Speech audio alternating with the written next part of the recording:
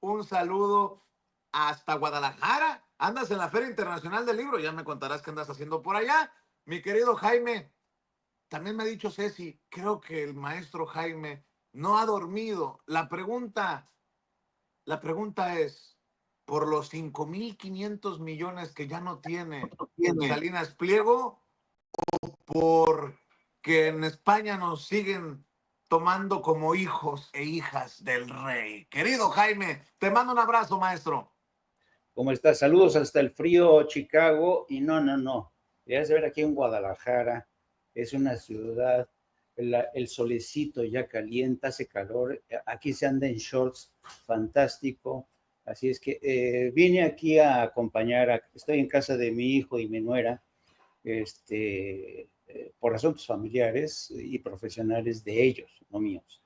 Y entonces me Yo invitaron. pensé que ibas a presentar tu libro en la Feria Internacional y dije yo, a ver, Jaime, sácala. No. Al ratito sí que me daré un garbeo para ir, por pura curiosidad, porque dicen que hoy es un día que no hay demasiado público.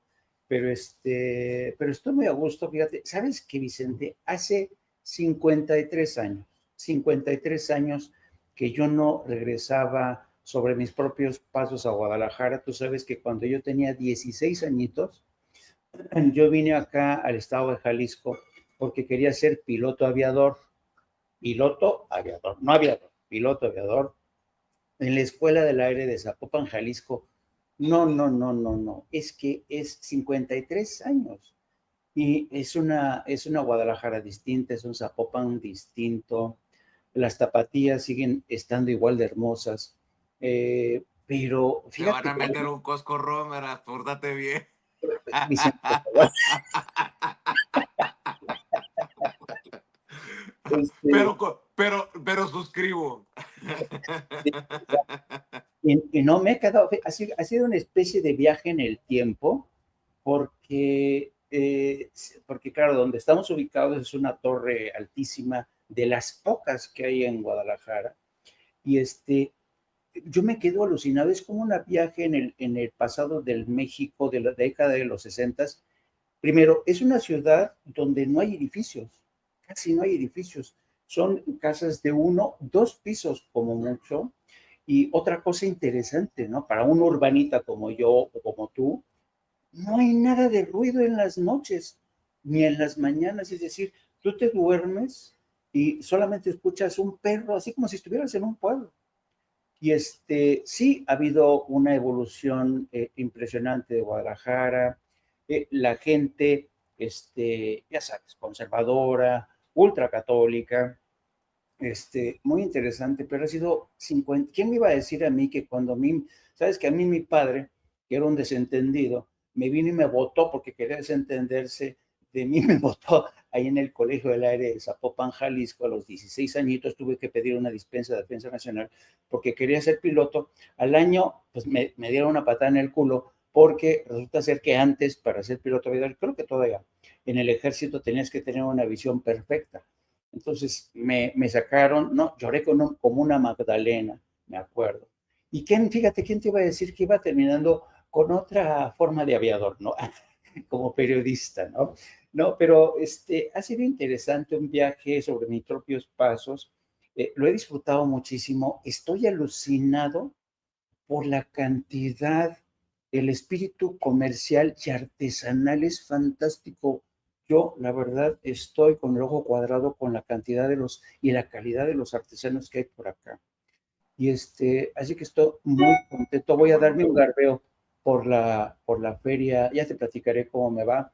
Voy un poco, te lo digo así, con reservas, porque es el epicentro también de la derecha. Y la verdad, voy a darme un garbeo nada más de chismoso para curiosear. Y pues eso, pero estaba escuchando con mucha atención el tema de España. Tú sabes que yo fui durante 15 años corresponsal en España. Bueno, es impresionante, Vicente, es impresionante cómo los españoles no superan. ¿Cómo iba esa canción? Ya, Ya, supérame, porque sí, yo ya te olvidé. es que no pueden superarlo los españoles. están empecinados en que quieren que se les reconozca como muchos hay gente, estos cursis que siguen diciendo, la madre patria, ¿cuál la madre patria? Por Dios, ¿no? Yo les decía, me acuerdo que una vez que me invitaron a dar una conferencia en la Casa de las Américas, ahí en Madrid, yo les decía, a ver, ustedes que presumen de haber descubierto el continente americano, de haber conquistado México, son el país que tiene en estos momentos, te hablo de hace casi ya 30 años, pero en aquel entonces y hoy mismo son uno de los países con mayor déficit de conocimiento sobre lo que es México en particular y América Latina en general. Es asombroso el nivel de desconocimiento que hay en Madrid, en España, sobre México, sobre su política, sobre su economía, incluso sobre su geografía, su historia. Y yo me recuerdo mucho que antes yo tenía mi casa por la zona, por ahí cerca del barrio del Pilar, y todas las mañanas era la época en la que casi la gente no salía a trotar. Yo siempre he trotado, he corrido toda mi vida. Me salía temprano y corría hasta el Hospital de la Paz, donde eran atendidos mis hijos. Y me acuerdo que al llegar al Parque Norte, que está junto al Hospital de la Paz, hay una estatua inmensa dedicada a Lázaro Cárdenas en agradecimiento precisamente por haber recibido a todos los representantes del exilio español. Bueno, te quiero decir que de estas cosas que hacía yo con carácter, le preguntaba a los españoles que pasaban ahí, digo, ¿usted sabe quién está ahí? Nunca nadie me supo decir quién era el personaje que estaba ahí, ¿no? Mirando el paso del tiempo. Ahí está, pasando el tiempo. Viendo pasar el tiempo.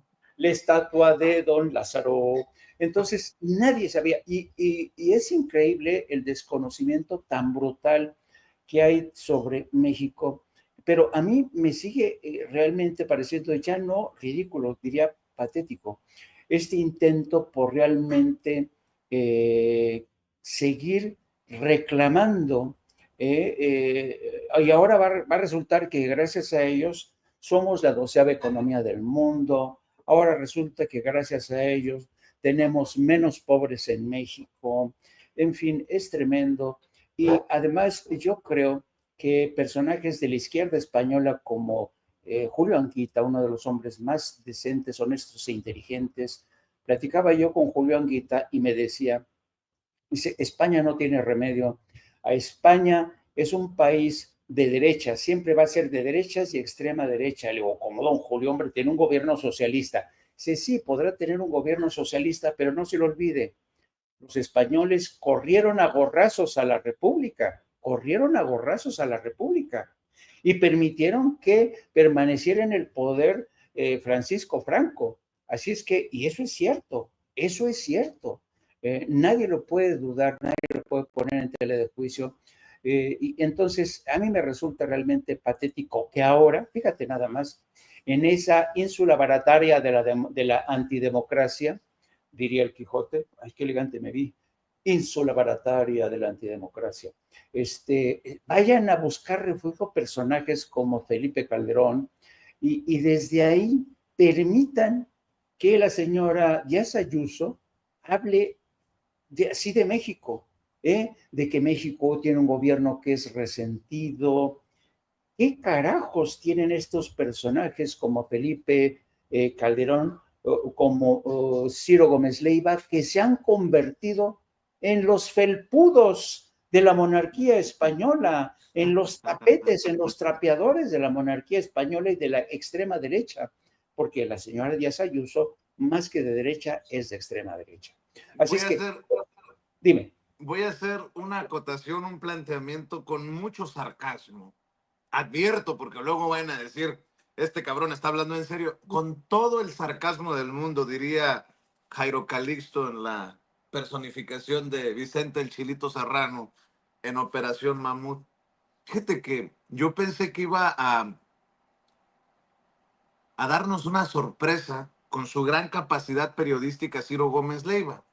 Como estaba sometido por la dictadura de López Obrador y la dictadura continuada que encabeza la dictadura comunista de Claudia Sheinbaum, no podía despegar ese gran periodismo y dije, se va a España, nos va a dar una sorpresa. Pero fíjate cómo son las cosas. Yo te preguntaba, ¿no? Si crees que Ciro Gómez Leiva es periodista, sigo preguntándolo porque mientras en España es el maestro de ceremonias en donde ensalza, se le vuelve a tirar de tapete precisamente a Felipe Calderón, el jefe del narco, Genaro García Luna. Eso sí que hay que lo entienda el que lo entienda, el jefe del narco, Genaro García Luna. Mientras eso ocurría en España, a México se le entregaba el premio Versalles, no muy lejos de ahí, premio Versalles al AIFA, al Aeropuerto Internacional Felipe Ángeles, como uno de los más bellos del mundo. Y mientras Ciro Gómez Leiva básicamente se pronunciaba en contra de esta solicitud de disculpa al rey de España por los crímenes de la conquista, en otro lado se nos reconocía a México por nuestra grandeza y por nuestra gran capacidad. Ahí lo quiero dejar nada más sobre la mesa, querido Jaime. Gran periodismo, el que ejerce Ciro Gómez Leiva desde España, ya liberado de las presiones de la dictadura. Pero bueno, es otro tema, ¿no? El de México reconocido por el Aeropuerto Internacional Felipe Ángeles, construido en tiempo récord. Gran obra de los ingenieros militares en nuestro país. No sé si podamos ir con audio y video, don David, para ver y escuchar esto que circula y que debería de hacernos sentir de alguna manera orgullosos. Incluso si ustedes se quedaron esperando el aeropuerto en Texcoco, siéntanse un poquito orgullosos de que se reconozca nuestro talento en el extranjero. Échalo, don David. En la sede de la UNESCO en París se llevó a cabo la entrega de los premios Versalles. Este reconocimiento va dirigido a todo un conjunto de diseños arquitectónicos contemporáneos en todo el mundo y se desarrolla cada año desde el año 2015. México, en la categoría de los aeropuertos más bellos del mundo, ganó junto con otros 6 proyectos internacionales. Se trata del Aeropuerto Internacional Felipe Ángeles. El premio fue recibido por el general Gustavo Vallejo. Toda esta infraestructura fue observada por el comité organizador, que de manera objetiva e imparcial ha entregado un premio destacándolo entre los 6 aeropuertos más bellos de toda la comunidad de aeropuertos internacionales del mundo, lo cual pues es un éxito para todos los mexicanos, del gobierno de la República, de los trabajadores y de la gente que ha creído en este gran proyecto. Una selección entre muchos otros proyectos de diseños. Nada más, con todo el sarcasmo del mundo, la voz que usted escucha, no sé de quién sea, lo que sí le puedo asegurar es que no es del gran reportero Ciro Gómez Leiva. Querido Jaime, avanzamos en el diálogo sin pelos en la lengua. Fíjate que honestamente es para sentirse muy orgulloso de esto, pero a mí lo que resaltaría, porque te digo que a mí francamente me ha sorprendido, ahora sí que he experimentado realmente una sensación de orgullo. No sé si tú viste el momento en que el general Gustavo Vallejo acepta el premio, lo dijo en un perfecto francés. Me está contando Toño, yo no lo había visto y qué bueno que hay que reconocerle, ¿no? Yo me siento orgulloso, qué bueno que tenemos esos representantes en nuestro país, Jaime. Exacto, ¿te acuerdas que decían, no, esos pinches militares, como decían, que no, ¿qué van a saber de ingeniería civil? ¡Wow! ¿Cuánto tiempo nos dijeron que los militares eran nacos? Exacto. Bueno, yo estaba, tú sabes, yo hablo francés, querido Vicente, y hablo francés, y cuando estaba escuchando al general Vallejo, yo me quedé, ¡poing! Pero ¿cómo? En un perfecto francés, el general, sin nada escrito, sin leer, todo improvisado, en este francés perfecto, agradeciendo, hablando del orgullo que él siente de la transformación de México, del tiempo récord en que se realizó este aeropuerto, pero yo estaba así boquiabierto. ¿Quieres que lo veamos y lo escuchemos? Sí, por favor, a ver, don David, échelo, por favor. Serving up the look, very honored to receive such distinguished guests. Hasta allá se fue el general Valle. International Airport of México. Enhorabuenas. Sonrisas, por favor. There we are. And very impressive to see you all in uniform. Please say a few words. As long as you don't say my papers away. Mesdames, Messieurs, bonsoir. Quel incroyable moment pour nous ici.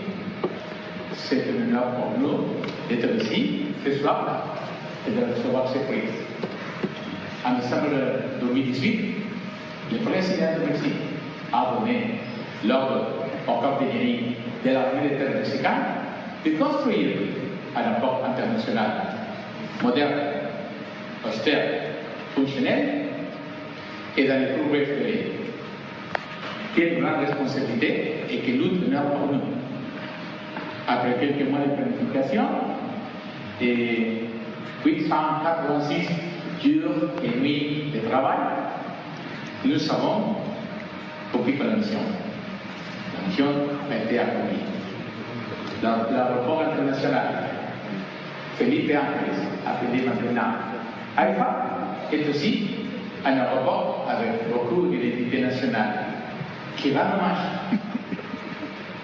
à l'histoire culturelle du Mexique. Cet aéroport est aussi du gouvernement du Mexique et du talent et d'activité de plus de 180 000 travailleurs mexicains, architectes et ingénieurs qui ont rendu ce travail possible.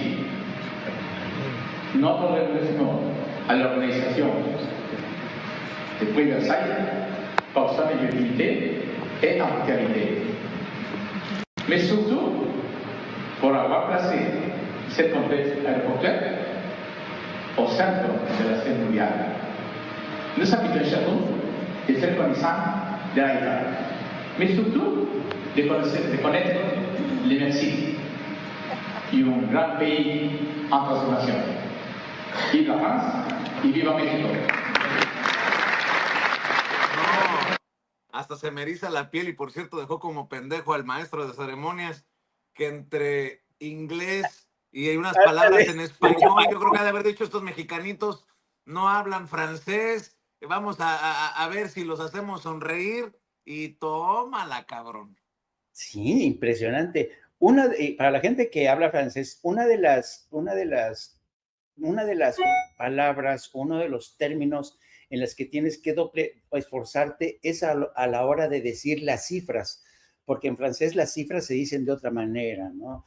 Catarbandis, todo esto, ¿no? Entonces, pero yo estaba atento, digo, Dios mío, ¿sí sabe francés? ¿No sabe francés? En los números, ahí se va a trabar. ¡No! Dije, por Dios, in your face, extrema derecha de México y derechosos. ¡Toma la barbón! Híjole, es que es impresionante. No, es que además, él creo que también estuvo detrás del Tulum, ¿no? De la construcción del Tulum. Entonces, sí, también. Imagínate, qué orgullo de verdad el ejército mexicano es realmente, fíjate, ejército del pueblo, pero es un ejército que sabe estar entre las élites. Y el general Gustavo Vallejo nos lo ha demostrado hoy. Qué orgullo, Vicente, de verdad, qué orgullo. Así es. A ver, mi querido Jaime, ya nos fuimos en la chorcha mañanera, en el cafecito, pero a ver, ¿quieres hablar de seguridad en nuestro país con la presencia de Omar García Harfuch? Veía al fiscal también, al fiscal general de la República, al que están haciendo levantarse temprano, por lo menos una vez a la semana, perdón, a Alejandro Gertz Manero. La estrategia de seguridad, le duela a quien le duela, le pese a quien le pese, avanza y creo que funciona. Queremos que funcione tronando los dedos y de la noche a la mañana, no. Lo venimos diciendo por 6 años, pero bueno, ahí te la dejo, ¿no? Hay de conferencias a conferencias. Tenemos una mañanera del pueblo en México, encabezada por la presidenta, dando cuentas y dando la cara a los mexicanos y mexicanas, y la conferencia ya en España, con el jefe del narco, muy quitado de la pena, entendió el que entendió, mi querido Jaime. Sí, fíjate, yo creo que Claudia Sheinbaum ha hecho bien en decir que el pilar de la inteligencia se va a convertir en una suerte de carta de presentación de lo que es su estrategia de seguridad. Y está funcionando, no son golpes de efecto. Solamente en el último tramo, viste que anunció la detención de 24 funcionarios gubernamentales. Es decir, es la primera vez que las fuerzas de seguridad, a partir de inteligencia pura y dura, comienzan a desentrañar las complicidades que hay entre funcionarios gubernamentales, municipales, estatales, con el crimen organizado. Ya se sabía durante mucho tiempo que en el Estado de México, que en el Estado de Guerrero, que en el Estado de Michoacán, que en otros estados, Sinaloa no es la excepción, Jalisco no es la excepción, el crimen organizado pues tiene a sus, proxies, como le dirían en inglés, a sus colaboradores en el seno del crimen organizado y el gobierno. Hay amplia colaboración, pero el hecho de que el gobierno esté desentrañando, asomándose a las entrañas de ese monstruo colaboracionista, para mí se me hace una de las cosas más importantes que han hecho. Entonces, detener a 24 funcionarios gubernamentales, la cantidad de confiscamiento que han realizado es impresionante. Pero hay un tema que a mí digamos, es la gran pregunta que yo me hago, es porque la presidenta dijo esta mañana que cuando se reúna con el equipo del presidente Donald Trump, del ya presidente electo Donald Trump, que toma posesión el próximo 20 de enero en las escalinatas del Capitolio, dice, vamos a ver y a platicar sobre todo en el tema de inteligencia. Entonces, la pregunta que yo me hago aquí es, ok, sí, porque la inteligencia va a ser fundamental, pero el tema es, ¿hasta qué punto Estados Unidos va a seguir siendo desleal con México en el intercambio de inteligencia? Porque tú te recordarás que tras la captura, secuestro del Mayo Zambada, hasta ahora no han dicho, esta boca es mía, no le han dado todos los datos al gobierno de México, y yo me atrevo a asegurar, querido Vicente, que no se los van a dar. Yo he dicho una y otra vez que desde los atentados del 11 de septiembre del 2001, Estados Unidos replicó las políticas de seguridad, la doctrina de seguridad en materia de operaciones encubierta, asesinatos en ultramar, que es precisamente, Israel tiene por costumbre asesinar adversarios políticos, periodistas. Precisamente acaban de asesinar a una periodista que estaba haciendo una investigación, un amplio reportaje sobre el genocidio, la acaban de asesinar en su casa, Bueno, y con el caso de Ariel Sharon, que yo seguí desde ya Ariel Sharon, pero fue acusado por las matanzas de Sabri Chatila, el único gobierno que se atrevió a juzgarlo y a perseguirlo fue el de Bélgica. Bueno, el Mossad se encargó de asesinar todos y cada uno de los testigos de ese caso. Algunos vivían en Brasil, algunos vivían en España, a todos se los cepillaron. Entonces, esa es la misma política que tiene Estados Unidos, jamás reconocer si acaso han realizado una operación encubierta como la que se practicó en México con la captura y el secuestro del Mayo Zambada, el asesinato del rector de la Universidad Autónoma de Sinaloa. Y esto tenemos por un lado. Entonces, a mí me llama mucho la atención esta declaración de la presidenta y hasta qué punto la presidenta va a estrechar la mano de Trump y sobre todo no va a permitir que una vez que ella le dé la mano, se van a tomar hasta el brazo, como siempre suelen hacer las agencias de inteligencia de Estados Unidos, hasta qué punto va a ser leal esa colaboración.